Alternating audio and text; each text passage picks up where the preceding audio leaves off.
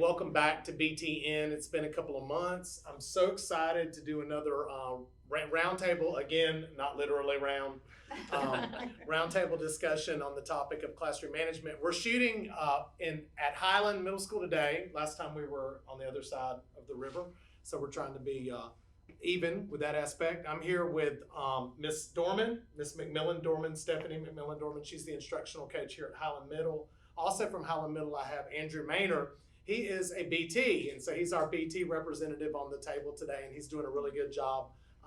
Ms. Sullivan told me you were doing a good job, so that's good. I have Mr. Nick Weeks. Mr. Nick Weeks is the assistant principal at Overhills Middle School, and my good friend and colleague, Courtney Howley.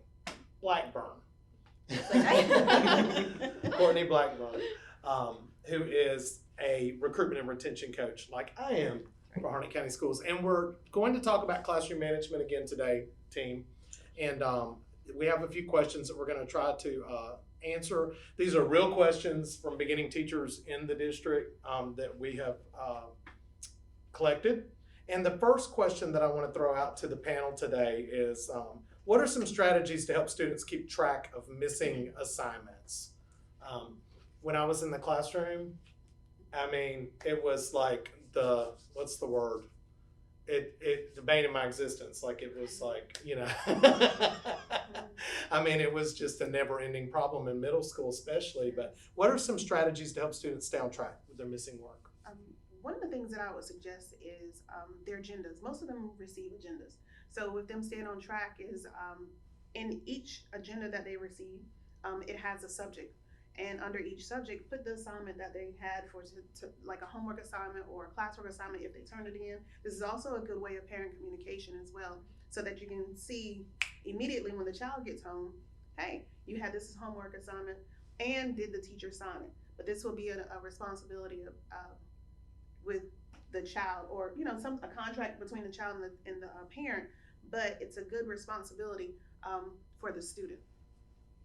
And just from my limited experience, setting up those good patterns and making sure that they have those good habits and understand that personal responsibility is like probably the biggest part of it. I have a basket in the front of my room because some of them just stuff their stuff in their bags or wherever, and then it gets lost and then they never find it again and they don't bother with it. And I'm like, okay, so if you are the type of person who cannot organize yourself, just leave it in my basket and then tomorrow we can finish it and we'll go on from there, because I have missing work, missing assignments is probably the reason why any of my students are failing. Right. That's right. I don't have any that are not capable of doing good work. They're all just disorganized or can't keep track of everything. So yeah. I've tried a couple different things, but since this new semester's come up, having a basket specifically for them has cut down on work just disappearing. So.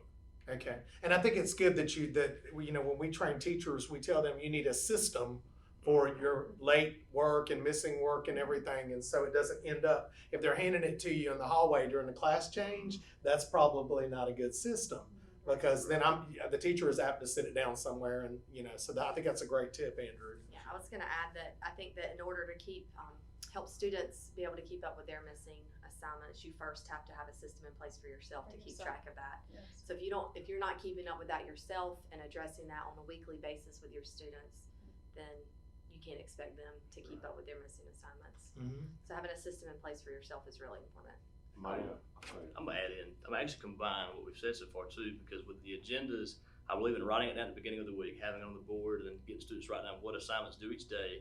And then I also believe in having a location that they're going to turn to work each day, but also at the front loaded at the beginning of the week. I would give them a printout of the assignments that we're going to be completing that week, so that way each day when they complete the assignment, they can initial it, put the date, paper clip it back there to it, put it in the basket at the end of the day, and then at the end of the week, collect it and it's done. That's good. Anybody? I think that's a great tip. I want to add for elementary, since that is my background, it's a little bit more difficult for elementary kids to keep up with their things. So for myself, when I was in the classroom, every subject area that we had, I had some form of a notebook or a folder, and so everything that we did went into your reading folder or your math folder, so that they knew exactly where something was supposed to be located. And I taught those procedures constantly. All right, get out your reading notebook. I want to see it on your desk. Or get out your math folder. I want to see it on your desk. At the end of the time frame or class time, I would say, all right, I want to see you put that in your folder, and I would watch for them to do that. And keep an eye on the ones that were habitually losing things, because then I could go and stand in close proximity and say, no, don't stuff that in your desk. Make sure that goes in your folder. So, And I would think that that would work for middle school as well. I mean, Yes. like, you know, they need, some of them especially need, and I don't mean to down boys, because I'm a boy, but it felt like my boys in middle school, some of them needed that, and I've struggled with organization Absolutely. myself. I want to move on to another question. That's great. We're off to a really good start today. This is a recurring problem, and someone has asked about what to do when extra students are sent to your room in the unlikely event or likely event that the substitute does not report to work that you thought was coming, or whatever. When they send some extra students to your room, for you to hold those students, especially when they come with nothing to do, what can our beginning teachers do to cope with that?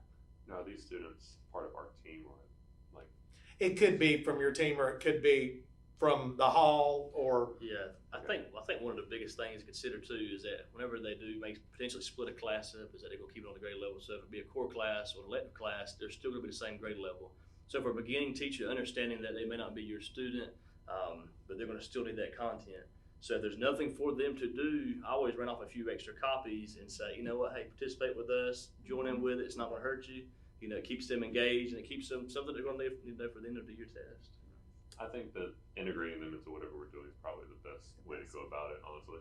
And I always try to teach the lowest level anyways, for the most part. And even if they're not terribly familiar with whatever we're going over, then it's still, the questions that they ask are probably questions that my students are afraid to ask anyway. So it's not something I'm afraid to rehash and go over maybe in a different way. And I think that folds really well into just covering the material again. And then if this is say you already had that class, say you did distribute them on a team and they've already had you, one of the things that you could do is, as you're planning for your day, normal day, you always have that plan B. So maybe if they've seen you that morning and here's a class that had to be distributed, that plan B, you can give them that plan B. So they'll always have something. They'll still be on the same concept, but you have that extra something that they can do. And I think that's good. Having a plan B is just, you should have it anyway. Right. And a plan B or C. right, I think the most important thing to remember is that those students came to school to learn just like everyone else did that day. So allowing them to sit in a corner and not do any work, Yes. or to just read all day, is not the best use of their time.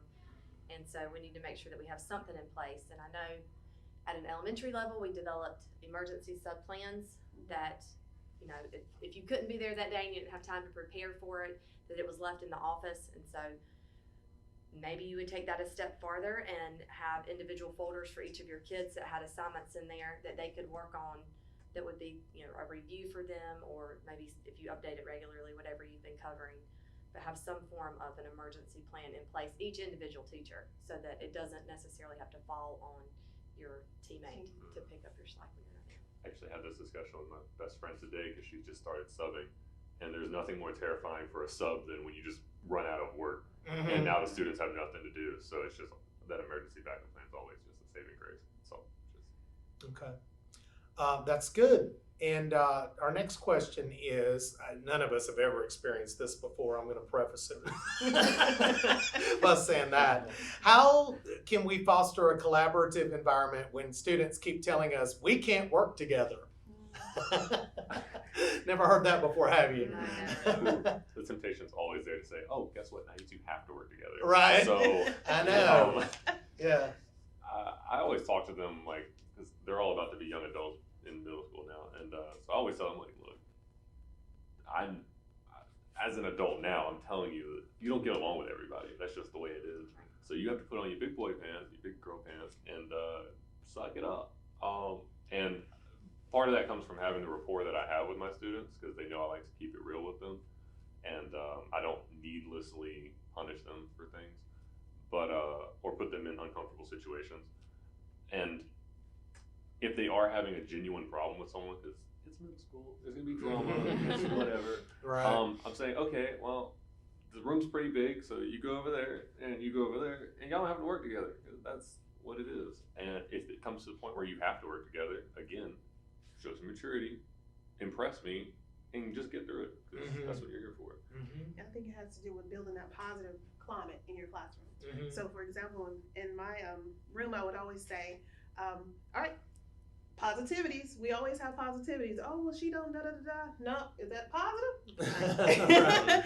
Or I would say something like, you know, we, as Mr. Maynard was saying, we don't always get along with who we're intending to work with. And you relate that as family. Do you always get along with your brother? That's right. No. Or do you always get along with your sister? Not always, but what? We're still brothers and sisters. So in here, we're a family, so we have to work with each other. Now, if there's an extra problem that I need to know about, you know, let me know. But for the most part, we're a family. So, and you build that in your kids so that when they come in, if they hear the negativity or I can't work with her, you won't have that over time. But it has to be one of those things that you build from the beginning. We talk about, you know, we don't call names. It's always positive. If little Johnny is doing something that he shouldn't do, we'll turn that into a positive. And then it becomes a culture in the classrooms where they don't mind working with whomever. Yeah. What I'm hearing today is that there's a lot of unwritten curriculum that we've got to teach to be able to make the curriculum that's the standard course of study work. Yes. Yeah. Anything else to add to that? No, I'm just thinking the question that normally follows that is, you know, we can't work together. Can I work with such and such? You know, and so I always give them an option. You know, listen, like they've said too. You know, we've got to work together. We need to work together. Here's your other option though. If you can't work with someone here because this is a collaborative experience, then we're gonna let you work by yourself. You know, you're not going to have an option to work with who you want to here. We've got to learn to work with different people. That's Just true. how it goes, you know, because some students feel like they need to work with specific people and, you know, just get them out of their comfort zone, just like we do. You know? Yeah, and we do the same things with adults sometimes. Right. Yeah. Yeah. I actually, having some military background, my classroom has a lot of military structure in it already, and I remind them all the time, like, look, I worked with people who had never seen a black person in real life until they went to the airport. So, and we had like nothing in common. Some people I just outright hated, and they hated me right back, but it wasn't an option. It was just the way it was. And we figured out ways, we found some common ground in that our situation kind of sucked. We complained about things together, and that brought us together. So sometimes that's what I like. Sometimes I like, okay, well, you two get together and say, what don't you like about Mr. Maynard? And then you guys can talk about that, and then you can get your work done. That's funny. It goes back to building the relationships. It does. We work as educators to build relationships with each of our students. We have to remember to model how to do that. You know, for them to be able to do that with one another And that's as well. Modeling. We can't expect the kids to work with each other if we're not modeling ourselves. We can't expect the kids to come in and have a positive attitude if we don't have a positive attitude ourselves. Okay. So it goes into, again, that underlying curriculum of just building the relationships with the kids and them building a relationship with you, you know, just changing their mindsets. And I think it's all in changing the mindsets. Okay. Next question that I'd like to talk about is, I'm hearing this a lot from our beginning teachers and our international teachers, what to do when students will just not stop talking. And every time I do a workshop, I always give them an opportunity to ask me questions, because I know sometimes things are more pressing than what I've got on the agenda. And they always go, what do I do to get them to stop talking? And so this is like a common thing. My first response to that is always, give them more work. Right? And I used to tell my students, you know, if you got time to talk, you're telling me that you need more work. So I don't know. That's my knee-jerk response. But what else would you all like to add to that about excessive talking? I would say, in addition to more work, that you need to really sit down and be reflective of what you're doing in the classroom to make sure that you are engaging them enough.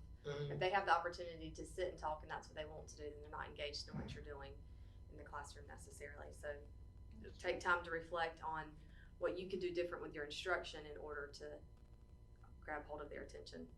I heard one time, I think it might have been Mr. Griffin actually said that there was a difference between you walk to a classroom looking for compliance versus engagement. You know, even if the kids are not sitting there being, you know, outbursts and talking all that, you know, are they engaged? That does make a big difference. But as far as the outbursts go, I like to address it as a class and then explain the reason and why. You know, why is it that we don't want this here? You know, if it's, for example, just one or two students that want to just yell out or distract the class, I kind of set an example, and we'll talk about it as a class and say, listen, here's the reason why we don't want to do this here, is because, it's not only affecting, your outbursts here not only affecting you, but now you're impacting the ability for your classmates and peers to learn. So, you may want to forfeit that right now and not want to pay attention to this lesson, but you're also making them forfeit their right because of the distraction. If conferences don't work like that, I always reach out, and the biggest piece I'm seeing this year as an administrator is the communication with parents. That makes a huge impact. If it's a consistent thing, call the parent, email the parent, touch base with the parent, make the parent your best friend. Amen. They will. Yes. Preach. It's the truth, and I tell teachers all the time, I can't get them where it hurts, like somebody who can take away their Fortnite can. Yes. Right. So we've got to get the ones that can take away the cell phones Mhm. and that can change the Wi-Fi password on our side, right? You're right. Absolutely. And anything else about excessive talking? Yeah, I want to add in that you have to remember as the educator that you can't fall into that same category with them. So if they're talking all the time and you are addressing that with you constantly talking to them about it, then you're adding to the problem. So you may want to incorporate some nonverbal cues, whether it's a reminder card that you can slide on their desk or standing in close proximity to them to keep them reminded of what your expectations are. But you don't want to begin to engage in some of that conversation get with the them. stare, develop the stare. Like, Yes. you need to stop talking to her right now. Or That's- stand in close proximity. And you don't want to embarrass the Simple. child either. Right. So there's a fine line between being able to call someone out and that actually changing their behavior and humiliating them, which is in turn going to have the opposite effect. And then even with that, what you're saying about the little card, you can go by their desk and just tap, I need you to focus. And then just keep on moving, not to where it just interrupts your whole lesson and nothing gets done. Right. But it could be, as a teacher, you're walking through your classroom and little Johnny is still talking, I need you to focus. And then you just keep moving on. And if it is where it's a reoccurring thing, then yes, the phone calls will work. Consequences work. Moving your seat. Yes. Moving their seat. What I see a lot of the time is people not nipping it in the bud individually. Yes. So like one or two kids are talking, when I don't address it, what does that say to the rest of the class? It's okay. That's fine. It implies that That it's is okay. okay, and so it's not until it's so bad that it's like on my last nerve that I all of a sudden try to address it. So I think we've got to handle stuff individually, especially when it comes to blanket Yes. punishments and things which just don't go over well with anybody, right? My team Correct. actually, myself and Miss Cole, she has a process where she'll just write their name on the board and then add checks, and a certain number of checks equals your lunch detention or your write-up or whatever. And then if it's just the collective is just being just completely out of hand, you start spelling silent up there and say, okay, so you guys want to take up your class time, that's fine, we'll take your lunch time, and then you'll get your food, you come back in here, instead of getting your 20, 30 minutes of social time, you'll just come and learn some more, that's fine. And that's what it is. And so sometimes out of the four of us, three of us will go and take the classes to lunch, and one of us will stay behind and keep the ones who are being disruptive and say, guess what, you get to spend your lunchtime with us now and learn more stuff because you wanted to waste class time, so there you go. And I think the lunch detention can be effective, yeah, for sure, if you're consistent with it. And now we come to an interesting scenario that I sent out to you guys yesterday. And I've had this before. A student is real super kind and polite, but they sleep a lot and they don't do any work. When the parent is contacted, they don't seem highly concerned. What to do? No, I had one of these students Okay. this year. And one of the things that I did was, after I contacted the parent, again, the parent was just like, okay, they normally sleep like this. Then it's like, okay, well, what do I do? So what I did is I began to observe the child in a class that he was active. So it's like, okay, what is that teacher doing? What is it that is getting the child involved, engaged in what the teacher is doing in, say, PE or say social studies? And then what I began to do is learn some of the strategies from the other teacher to say, oh, if this is what gets him involved and not sleeping, well, maybe let's try that here. And then to take that same strategy, do it in that particular classroom, and the child is more engaged. Now, it wasn't, and it's a progression thing. It wasn't, I tried this strategy. Once I tried the strategy, oh, he's up 10 minutes out of the however time in class. Okay, then I try it again, and then it became a process or a progress of him being more alert. So I think it's learning from other teachers, how the child behaves in their classroom, and if it's something that has worked, apply it in your own classroom. I have a student like this actually. He has hardly said maybe 10 words to me this year, but he comes in and he has trouble he just seems sort of vacant most of the time. And the only time I ever really see him animated is when he's talking to his friends, and even rarely then. But I did find something the other day because I try to relate the content to things that are interesting to them, and I can't remember exactly what we were doing. I made it a Disney theme, and I was like, that includes Star Wars and Marvel, and he was like, what's that now? And I was like, yes. So anything. And he was like, can I use this? I was like, absolutely. I have your attention now. Yes, please use that, and then do this with us. And so he was in it. And I was like, excellent. I have a foot in now. So I've been building off of that and trying to keep everything. Once you find something that works, just lean into it. That's all I'm saying. So you found an area of interest, and did the same thing, incorporated that in your ELA class. I don't think we can say enough about tapping into student interest for sure. But I have had a student before where that wasn't working. And so I would highly recommend that you reach out to your social worker, your guidance counselor. We still have success coaches that come around, I think, because if a child is sleeping all the time, we might want to try to find out what's going on at home. Correct, yeah. And so I think that we need to use the people that we have in the building that are there for that kind of thing. Right. It's a health issue as well. Yeah. All of it goes back to knowing your students and having that relationship with them to be able to get to know them on a personal level and have those conversations with them. It could be something as simple as nobody tells the child to go to bed at a reasonable time at night, and so you need to say, hey, tonight let's try this. Maybe by like 9:30, put up all the devices, get off your phone, just try to lay down and get some sleep, and let's see how tomorrow goes.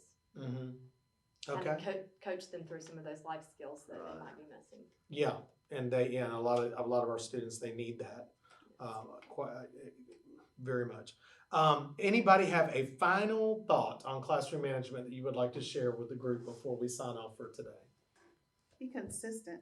Okay. Whatever your process, procedures, whatever it is, just be consistent, because kids pick up on whether or not you're consistent with your rules, your consequences. Oh, well, you didn't give so-and-so a consequence, and he just went to the pencil sharpener without asking. Well, let me try. Then it'll be like a trickle effect. So if you're consistent, I think it'll work. I sort of got this from my father, but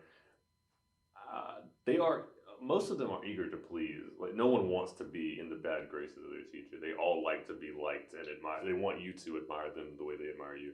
And so I'll get upset or visibly irritated sometimes, and I don't hold on to it though. I let it go. Like once I've dealt with what's happened, and I say, okay, and we're smiling again. That's a good tip, Andrew. I like that. You don't, if they feel like you're constantly on their case, then you're gonna lose that connection. It's a very good point, Mr. Miner.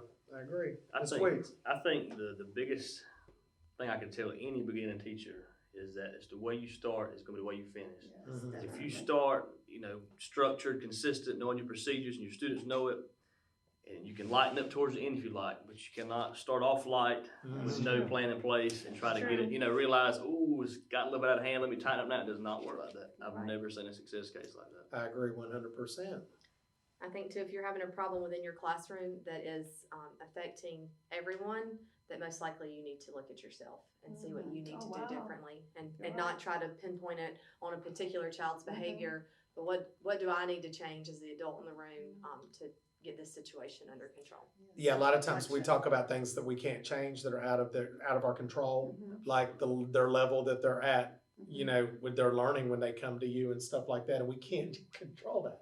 You know. There's a lot that we can change. Yeah. That's right. As adults, there's a lot. And it's a tough pill to swallow sometimes that we control the climate in our classroom, Yes. you know, that we set that tone. That's right.